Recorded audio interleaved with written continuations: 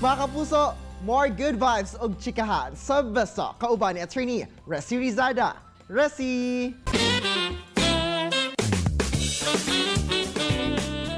Daghang salamat, Arjo! Good morning mga kapuso! Welcome to Bista. Kalibuntaga atong makauban usab ang bida sa GMA Afternoon Prime Series na Ang Dalawang Ikaw. Palilayan pa ako diyang versatile Kapuso Actor, Ken Chad.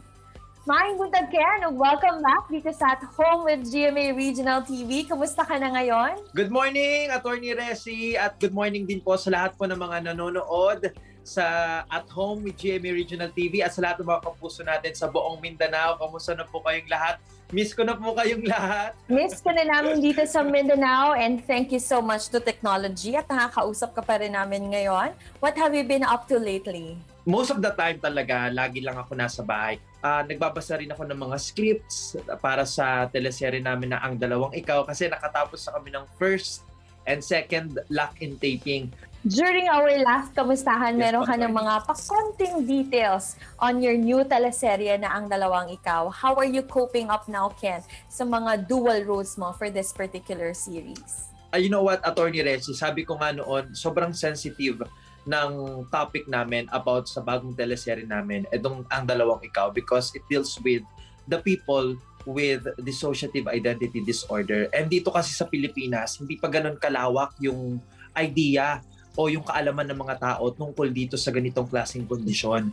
Very challenging sa akin to because tulad nga, 'di ba, very sensitive siya. So sa set talaga kailangan ko ng tulong at gabay ng mga doctors. So araw-araw sa set meron akong doktor na kasama, si Dr. Babes, at siya din yung nakasama at gumabay sa akin nung ginawa ko naman yung My Special Tatay. Kung may mga struggles, Ken, sa pag-portray mo sa characters mo as Nelson and Tyler, ano naman yung mga pinaka natutunan mo naman sa characters mo?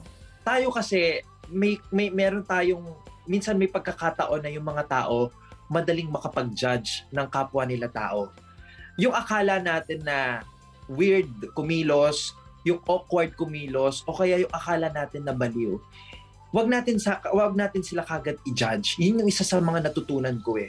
Yakapin natin sila, tulungan natin sila kasi baka tayo pa yung makatulong sa kanila. So ito yung pinaka natutunan ko sa buong journey ko habang ginagawa ko tong Ang Dalawang Ikaw. Marami din na makaka-relate sa buhay ninyo ni Mia and Nelson kasi you'll also be dealing with all the challenges you have to hurdle, diba, as a couple.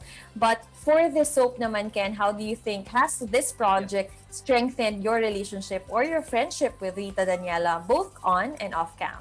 Alam mo, Attorney Teresi, sobrang nung mga ginawa naming teleserye ni Rita, My Special Tatay, One of the Beast, sobrang close kami. Etong sa Ang Dalawang Ikaw, sobrang intact talaga kaming dalawa. Kasi isa na rin yung rason siguro yung dahil lock-in tapings kami ngayon, nag-iba na yung sistema. So, yung lock-in tapings namin, magsasama kami for almost a month. So, talagang araw-araw kaming magkasama, share kami ng mga experience namin sa buhay, yung mga past namin, nagkukwentuhan kami. So, nakatulong yun para magkaroon kami ng mas magandang bonding ni Rita. At hindi lang kay Rita, also with the other cast. Kailan na ba namin mapapanood, Ken, ang Dalawang Ikaw? Please invite lahat ng ating mga kapuso dito sa Mindanao. Yan mga kapuso, malapit na nyo na mapanood ang Dalawang Ikaw.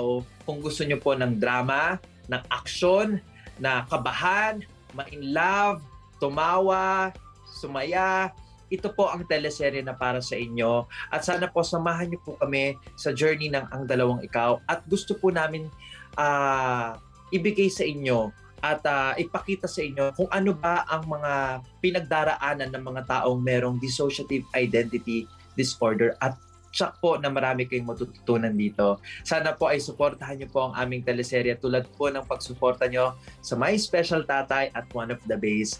Maraming salamat mga kapuso at sana magustuhan niyo po ang Dalawang Ikaw. Malapit na po. Thank you very much, Ken, for always making time for us dito sa At Home with GMA Regional TV.